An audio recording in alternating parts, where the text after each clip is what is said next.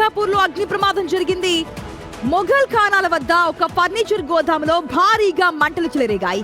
గోదాంలో పెద్ద మొత్తంలో ఫర్నిచర్, ఇతర సామాగ్రి ఉండడంతో మంటలు వేగంగా వ్యాపించినట్లుగా సమాచారం. దీంతో స్థానికులు భయాందోళనకు గురయ్యారు. గోదాం చుట్టుప్రక్కల పలు ఇతర గోదాంలు ఉండడంతో మంటలు వాటి వైపు వ్యాపించే ప్రమాదం ఉందని స్థానికులు ఆందోళన వ్యక్తం చేస్తున్నారు. ఘటనా స్థలానికి చేరుకున్న ఫైర్ సిబ్బంది మంటలను అదుపులోకి తెచ్చేందుకు తీవ్రంగా ప్రయత్నిస్తున్నారు. అగ్ని ప్రమాదానికి షార్ట్ సర్క్యూట్ కారణమా లేక మరేదైనా కారణమనే కోణంలో పోలీసులు అధికారులు దర్యాప్తు చేస్తున్నారు. మంటలు పూర్తిగా అదుపులోకి వచ్చిన అనంతరం జరిగిన నష్టం, ప్రమాదానికి గల కారణాలపై అధికారులు పూర్తి వివరాలు వెల్లడించే అవకాశం కూడా కనిపిస్తోంది.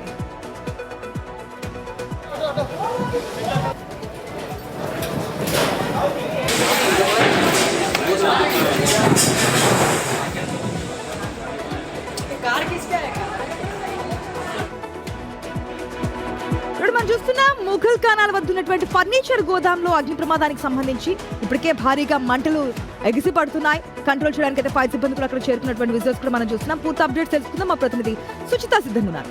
రైట్ సుచిత, ఇప్పటికైనా మంటలు కంట్రోల్లోకి వచ్చాయా? ఈ యొక్క అగ్ని ప్రమాదానికి కారణాలు ఏంటనేది ఏమైనా తెలిసిందా? ఎస్ ఆశా, ఈ మధ్యకాలంలో చాలా చూసాం ఫర్నిచర్ షాప్స్లో మనము అగ్ని ప్రమాదాలు.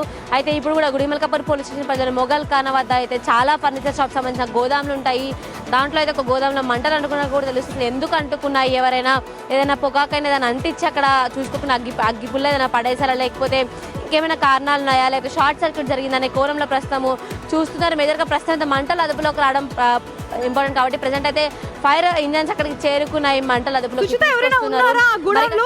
ఎందుకంటే ఫర్నిచర్ కూడా గతంలో మనం చూసాము. ఏదైతే లడ్డికాపూర్లో కింద ఫ్లోర్ లో ఉన్నటువంటి ఇద్దరు చనిపోయినటువంటి ఘటనలు మనం ఇంకా మర్చిపోలేదు. సో ఇప్పుడు ఈ ఫర్నిచర్ గోదాంలో ఈ అగ్ని ప్రమాదంలో ఎవరైనా ఉన్నారా ప్లేస్ లో, గోదాంలో? ఎస్ ఆశా, అయితే ఫస్ట్ అయితే కొంతమంది ఉన్నట్టుగా తెలుస్తుంది. వాళ్ళందరూ కూడా మంటలు ఒక్కసారి స్టార్ట్ అవ్వగానే బయటికి కూడా వచ్చినట్టు కూడా చెప్తున్నారు.